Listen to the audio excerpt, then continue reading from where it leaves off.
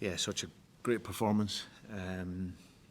Obviously, St Johnstone made it really difficult for us in that first period, and it is when you're playing against that sort of man-to-man. You have to work so hard to rotate and be flexible in your movement to create the space. But once we then did that for the first goal, and we got the runner off their marker, and Callum finishes, then and from that we really set the tempo of the game. And so it was very impressive, and a big applause to the players because they were so good in the game. Is that something you put extra emphasis on this season, that even if the breakthrough takes a while, that once you get it, the foot goes to the floor again, and then the game can almost be won within the next 10 minutes or so? Yeah, I spoke before to the players about my thoughts going into this game was about having the humility to get the work in, because once you're a team that's winning, then it becomes even harder, because you have to work even harder, because teams are trying to stop you, and they have that fight and they put that extra % in to stop you. So it's having that humility to run, to work, and then after you do that, it's then about the ambition in the game, and that's what we showed today. Even in the first half, the second half we come out, and our messaging was to make sure we retain the tempo, keep the speed in the game, keep the pace in the game, attack the game, press the game, and hopefully more chances will come. And they did come, but we didn't quite finish them. But that's a huge testament to the players, because, as I said, we needed to respond from the St Johnstone game, which 2 weeks ago wasn't acceptable for our club. But the response of the players now, they've had 2 games done by half time, but still showed the ambition to keep going. How important has your captain been this season at arriving in big goal scoring moments, as well as his general all-round performance? Yeah, he's just such a special player. I've had him in 2 spells now and managed him for so many games. He's a real tactical decision maker in the game. He sets the tempo for the team. He's a coach on the pitch for me. He knows the patterns that we want, and he identifies the moments when to step in, because you're playing against man-to-man. There's little patterns that frees you up to be going forward, and he's done it so many times for me, and especially here at Hampden, where he gets such important goals. But first one creates the second one. Just a brilliant captain of this club, and yeah, he was so good today. I mean, potentially 2 games now, Brendan, from a 9th treble. I think it'd be 6 and 8 years, which would be quite remarkable. Your team look as if they've really got their eye on it now.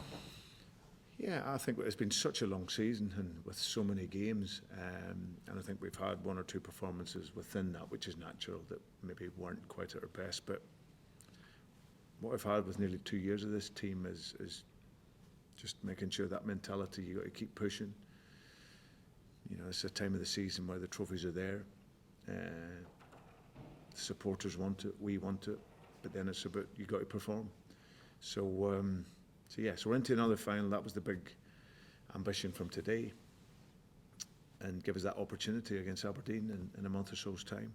But now we go into a little sort of mini league where we want to be the best in that little league, and that next game is Dundee United and get the result to draw a line under the league. So really exciting end to the season for us again. Just on that, Brendan, if you do win a treble this year, you'll be the first Celtic manager in history to have won 3 trebles with the club. Does that motivate you personally in any way? Clearly, yeah, it does. 3.1 it'll be as well. It's listen. Of course, it's nice when it comes to you as an individual, but for me, it's what's best for Celtic and us winning and winning the trophies, because it's not so much the trophies for me on a personal level. It's the hard work that goes into it, the values that are there, and the idea of how we work and how we play and how we coach the players every day. So that's what's more important to me. But of course, for the club and the history and the supporters, getting the trophy is key. So for us, we've got 2 more to win, and we'll recover and get ready to look to finish off the league. Were you delighted for Adam? Because that's a real striker's goal. Yeah, he had a couple of other moments where he could have been in there. But it was, it's where he has to be. It's where our strikers, they get so many cross balls, low crosses into the box, and that's where he needs to be in that moment. So great move, great run, cross, and he was there to finish. The other players will get plaudits, but Liam Scales, part in that role, was terrific as well. That pass inside the attack is just superb.